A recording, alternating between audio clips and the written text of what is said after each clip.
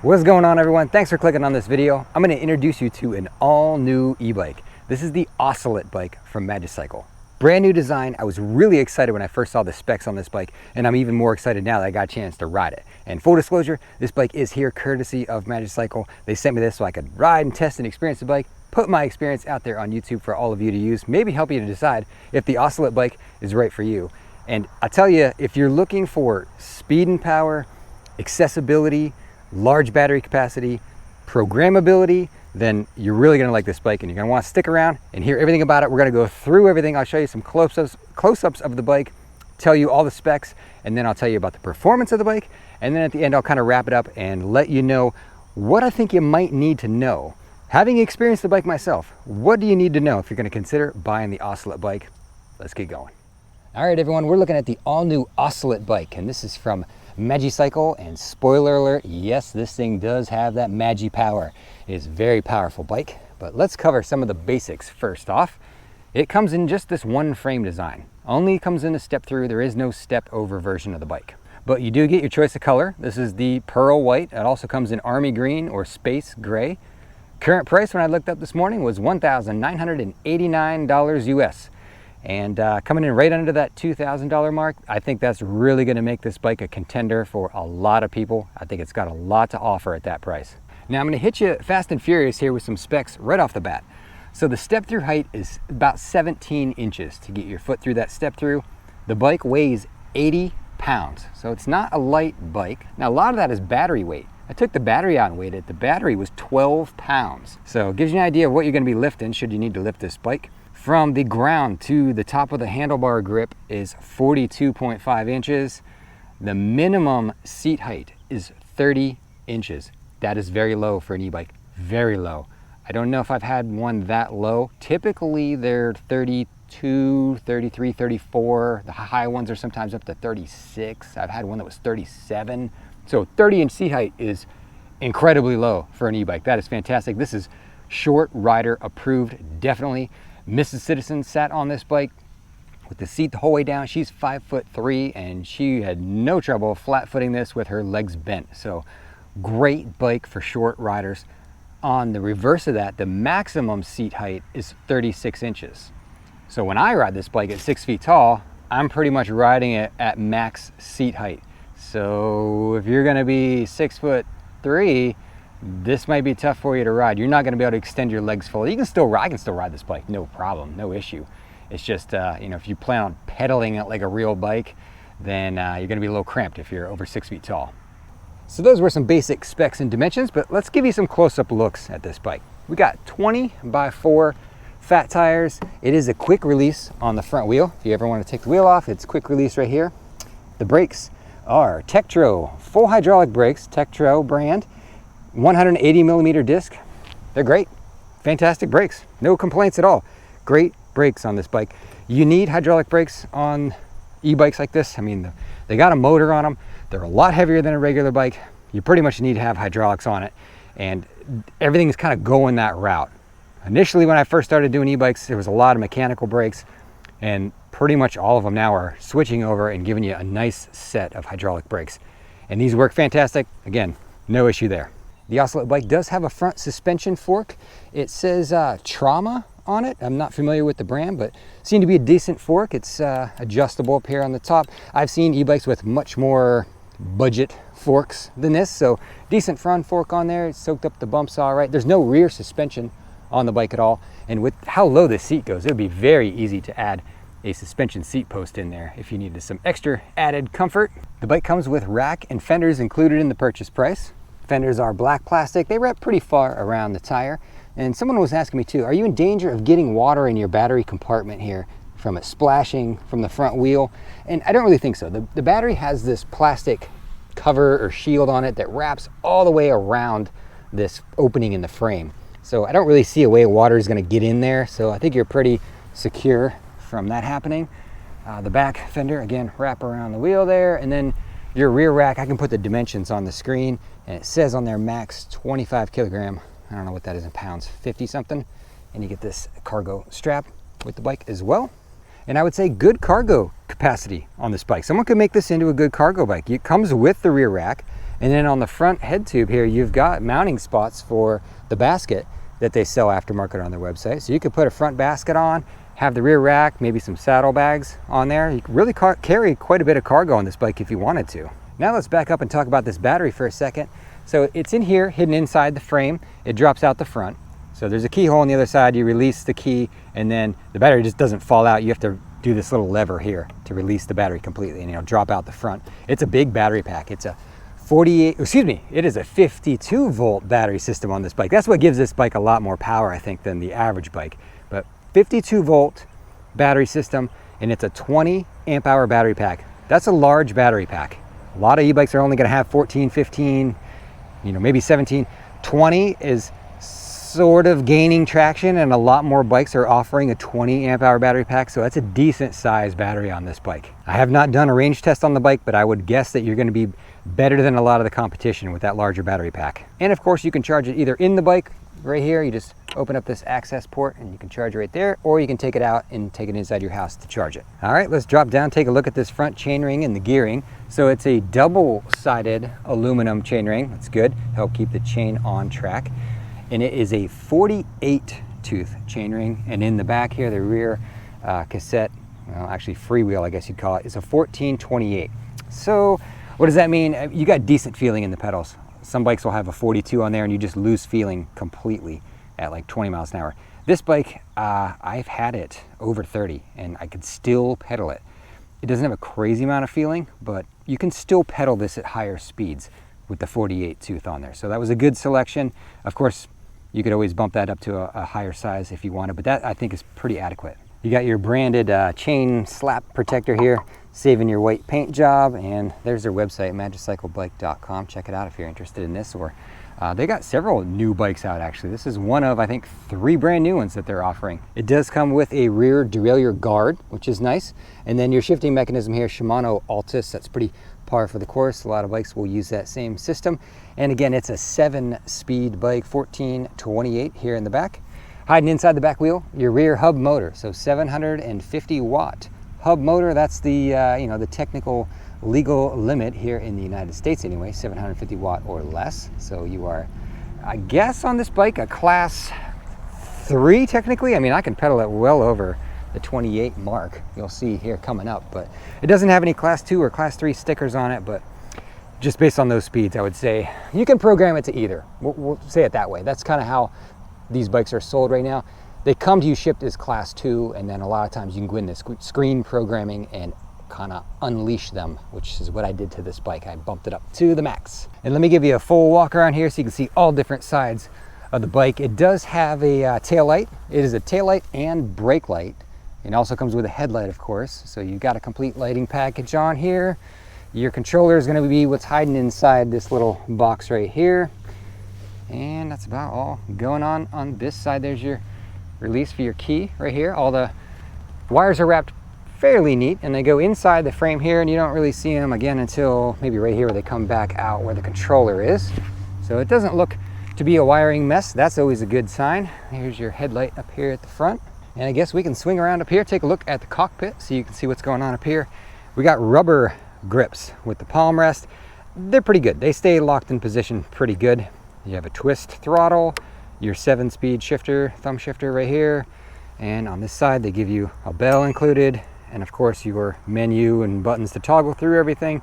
And I might need to pop over into the shade here so I can give you a good look at the screen, because there is one thing I want to show you about this bike, which is very important and very good to know and very good to have on your bike. Let's go over to the shade really quick.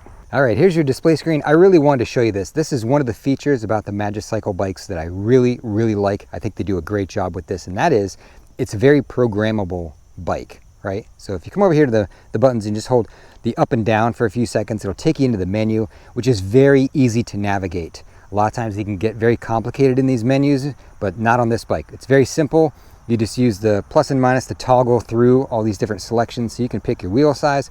The I button in the middle selects, and then the plus and minus toggle. So if we select the wheel, you can change it to whatever you want. I'm going to bump it to, let's just leave it at 22 inch actually. It's probably pretty accurate.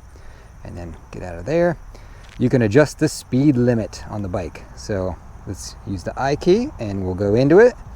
You can see I got it set at 28. That's the max. If I hit it up again, it just goes back to 8 miles an hour. So the max speed you can set is 28 miles per hour.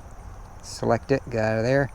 You can pick your screen brightness, the battery, voltage. And if you get into the advanced settings, let's go in there. Okay, so there's your options. And what you're going to want to look is this power set. So if we go into power set, select that, and then hit select again. Here is the menu where you can select how much power is delivered in each level of pedal assist. Now when I got the bike, number one was set to like 50%, which is crazy. As soon as you started pedaling in pedal assist 1, it gave you half the power. It took off like lightning. So I backed it way down to 28. But you can set these to whatever you want. You can bump it up to 30 or back down to 25, which is awesome. You can set the bike up for how you want to ride it. You can determine the exact amount of power you want delivered in every pedal assist. This is phenomenal. There's not a whole lot of bikes out there that do this and give you this, programmability, I'll call it. So this is a great feature on this bike. I'm gonna go through all of these. We just have to select through. You can see how I've got them set and how I like them. I did monkey around with these and change them all. Okay, so that was if you click it twice. If you just click this once, and see how the 0 and 5 became highlighted in yellow, if you hit the plus and minus, you can change the different levels of pedal assist. So you can have 0 through 7 if you want 7 levels instead of 5, and even further fine-tune things. And does it go to 9? You can do even 9 levels of pedal assist. So you can pick however many levels you want. I like the 5, 0 through 5. That's my settings I like. Let's struggle through these again. The current limit, 22 is your limit. Can't go any higher than that. If I go in there, you can see if I hit plus again, it just goes to 7. So 22 amps is the most you're going to get out of the controller. The slow start setting down here, oops, let's go toggle down to slow start. That's if you want the bike to take off gradual or if you want hard hitting off the line. I found that I think 0 is the quickest off the line, so I have it set for 0. I like the fast start. And then if we go down here, this is SOCV, you can change your screen to read battery voltage or battery percentage. I like the voltage, so I got it set up for voltage. But great screen, great display on this bike. I like it a lot. You just hit plus and minus for a few seconds to exit. And you got everything you need on the screen here. You got a watt meter, your battery, the time, speed really big in the middle, pedal assist. Great display on this bike. All right, now I love this screen and I love the programming features in the display, but there's one programming setting that's missing, and I really hope they add it in the future. And it's something really important I want to bring up about this bike, and that is this bike has automatic cruise control. So if you hold the throttle open for like 8 seconds, it automatically kicks into cruise control.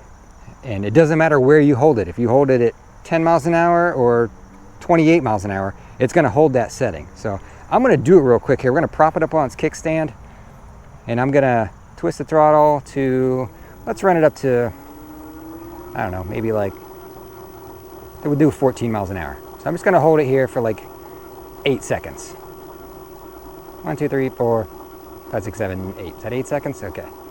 And I let go. There you go. We're rolling.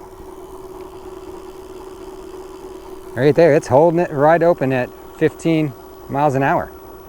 Now this has caught me off guard on multiple occasions where I'll come up to a stop sign or I'm approaching an intersection, I release the throttle and the bike just keeps going. So it'll hold as long as you want it to hold. It's gonna just hold that setting. You can see how my hand's not on the throttle. And now the way to turn it off, obviously you just hit the brake, cut off, that'll turn it off. Or they tell me if you pedal, it'll also turn it off. So let's just kill it with the brake. It's simple to cut it off, but it's automatic and there's no way to turn it off. So like I said, it's caught me a couple times where I've released the throttle and expecting the bike to just kind of coast along into the intersection or approaching a stop sign or whatever, and it just kept going. So important to know that. Automatic cruise control on this bike. Now it's time we talk performance on the Ocelot bike. How does it perform? It is very, very strong bike, very fast bike. Took it out, ran it up to top speed on level ground using the throttle only, and it went over 29 miles an hour. Not even pedaling, just throttle only. Just for reference, I weigh about 175 pounds. So 29, throttle only. I added in pedaling.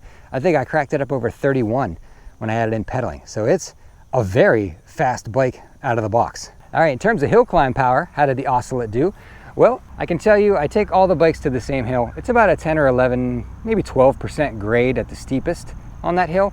And we run them up the hill and we time it just to get an accurate comparison of which bike climbs it the fastest. That's gonna be the most powerful, right? And the quickest bikes do it in 22 seconds flat. I've had a couple do it right around 22 flat, including the Magicycle Cruiser bike. That did it in 22 flat. So that's the time to beat. This one felt pretty strong. I'm not sure if it was under that or not. I also took it over to my my tortuous hill climb. It's just a short, steep, grassy hill where I try to get up the hill throttle only and see if they'll make it. It didn't make it up the hill throttle only. I thought it had a good chance. It didn't make it though. But again, if you just add in just a little tiny bit of pedaling, it goes up it with ease. So in general, I'd say very strong hill climb power out of this bike with respect to some of the competition, some of the other 750 watt bikes. But how does the Ocelot bike do when it comes to common e-bike complaints? Most common complaints I hear are build quality, range, power, accessibility, and weight.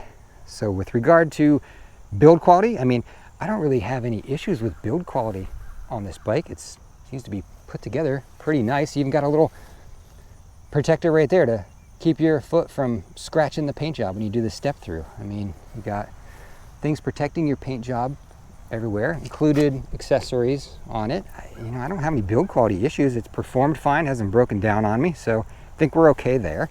Accessibility wise, fantastic. I think someone 4'10" could ride this bike. Low step through, very low seat height. I mean, it wins on accessibility. Range, you got a decent range. I mean, 20 amp hour battery pack in here. That should give you some pretty good range. It's larger than a lot of other bikes on the market. So good range. Power's good. I mean, it was strong on the hill. Very fast top speed on this bike. Good power out of it. And the last thing was weight. That might be the only spot that it kind of misses a little bit. I mean, it is a heavy bike. All the fat tire bikes are around 70 plus. I can't really name a fat tire e-bike that's lightweight. It's mutually exclusive. Fat tire bikes are heavy. Just know that. All right, so what do you need to know about the Ocelot bike if you're going to consider buying it? You probably already know what I'm going to say here. We went over a lot of it, but let's recap real quick. First thing is very, very accessible bike. I think somebody under 5 feet tall could probably ride this bike.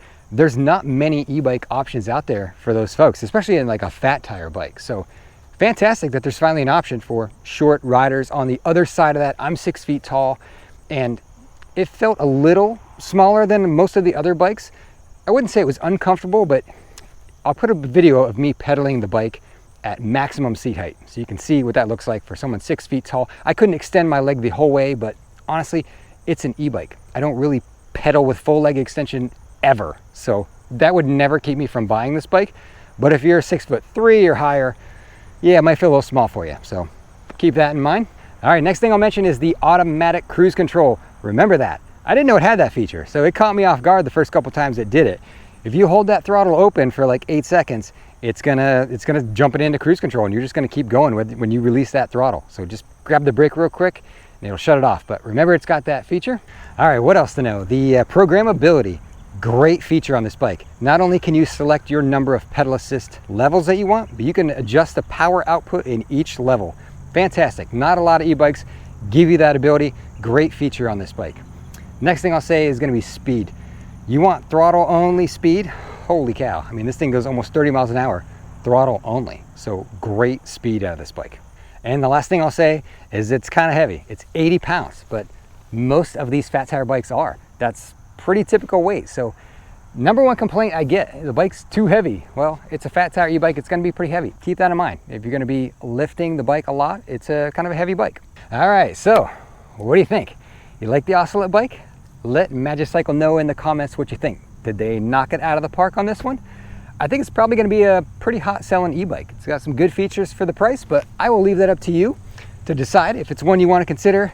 Thank you to Magicycle for giving me a chance to try the bike and test and put my experience out there for all of you to use. I hope you got some great information out of it. If I missed something, put it in the comments. I'll do my best to answer. I will, of course, link this bike in the description below so you can find it easily. And it's just a link. I don't get anything if you buy one. I'm just here to give you information. If you like information about e-bikes like this, consider hitting subscribe button, and I'll talk to y'all later. Thanks.